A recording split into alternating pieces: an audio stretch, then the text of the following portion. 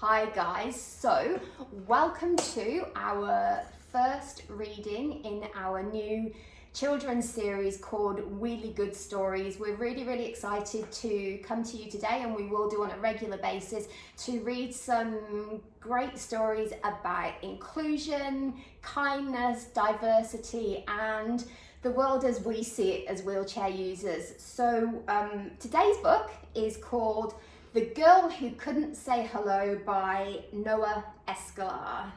Escalar. Okay.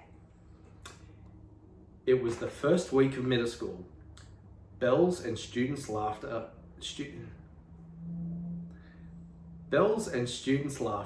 filled the air. The hallways were crowded with movement and bustle, with students rushing to their classes, excited to learn. It was an exciting time for Sally, one of adventure, newness, excitement, and challenge. It was going to be a year to remember. Woohoo! Yeah! One day, Sally and 5 of her friends were walking in the hallway, giggling and chatting without a care in the world. Suddenly, Sally looks up the hallway and notices a girl, one who did not seem like the rest of the students she had ever seen before. The girl seemed to walk with a slight limp, slowly and carefully. The girl flailed her hands repeatedly. Sally noticed this girl made loud noises, words or mumbled that she could not understand clearly. The students kept on making sounds, noises, and utterances as she walked with her teacher closer and closer to Sally, almost face to face. Sally suddenly felt a little timid, confused, and even a little bit scared. As she darted with her head down past the girl making sounds to her next class. What were those noises she heard from the girl she saw? Sally thought. Sally could not make out a single word the girl was trying to say. That night, Sally laid in bed thinking of the girl who couldn't say hello. The next day, Sally and her friends were at the cafeteria buying hot lunch. The girls and Sally were so excited. It was turkey and gravy day. Yum! Yum. As the girls were exiting the kitchen to find a seat, Sally was about to pay for her lunch. Suddenly, upon exiting, Sally was passing the girl she saw yesterday. Sally noticed she was making slightly louder noises at her as she approached, closer and closer, making sounds like oh, almost singing as she walked closely by with her teacher. Sally froze and looked at the girl standing 5 feet away, and again suddenly looked away and quickly left to rush to her friends, feeling confused, fearful and a bit uneasy, all the while hoping she would not cross paths again anytime soon. She thought to herself, why was the girl making so many noises? Sally could not understand the girl. What was the girl saying? The girl who couldn't say hello.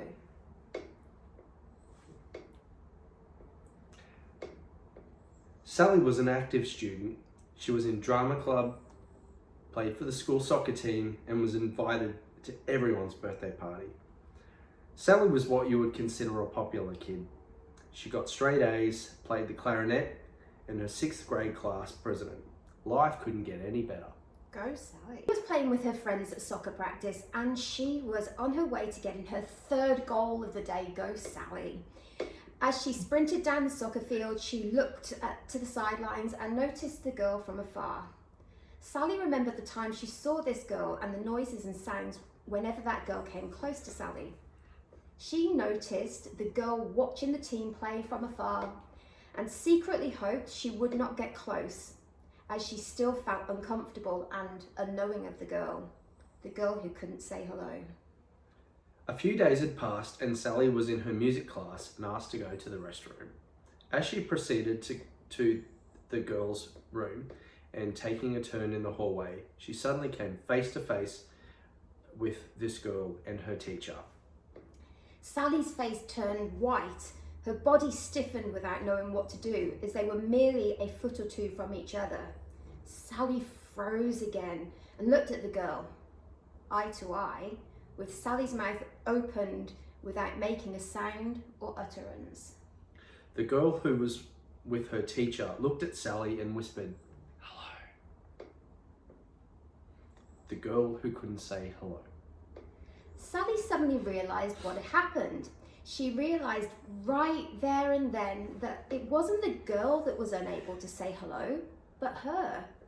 The sudden realisation of not needing to hide or be timid, shy, or even in fear of this girl hit Sally as she breathed in a breath of fresh air and replied, "Hi."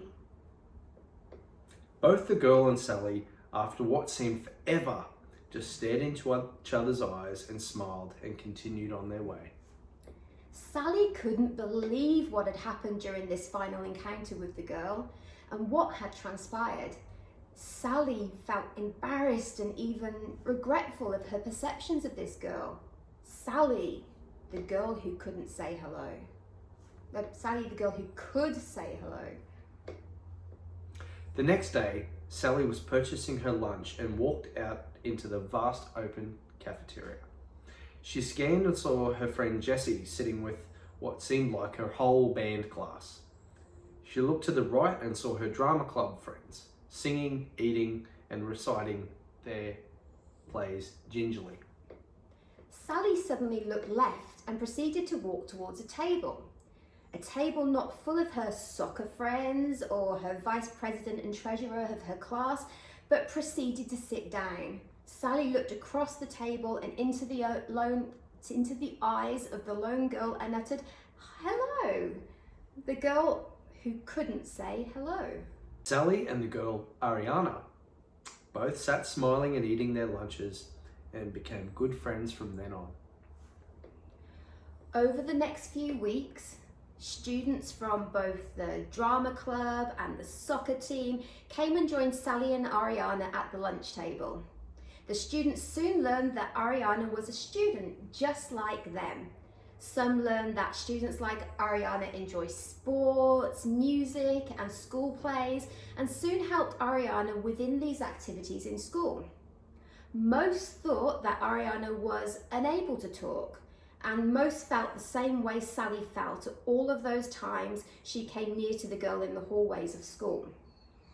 These students learned quickly that Ariana was witty, talented, and an impressive cheerleader. Woo! They were happy to know that although everyone is different in their own way, the middle school plays, band recitals, and soccer games would never be the same without Ariana's presence. The end, but the beginning of a beautiful friendship. Such a cool story. Such a cool story. I love that they were friends at the end and that all of the school friends were friends together. And that is what inclusion is, guys. That is not treating a different personally because they seem different to you and not being scared of them to go out and make friends with people that are different, people that are in wheelchairs like me and Adam. And, you know, don't be afraid. It's all cool, guys. Absolutely. It's all about... So we will see you next time on We Be Great Stories. Bye! See you guys! Not being afraid to go and talk to people. There was a whole bunch of days there when Sally could have been going to talk to Ariana and hanging out and having fun with her, but she was too scared to. And there was nothing to be scared about. Exactly right, guys. So don't forget that lesson, okay? Right, so we are going to be joining you again in probably about a week's time. I hope that you look forward to our next story. It's all going to follow the same theme, and we will see you next time on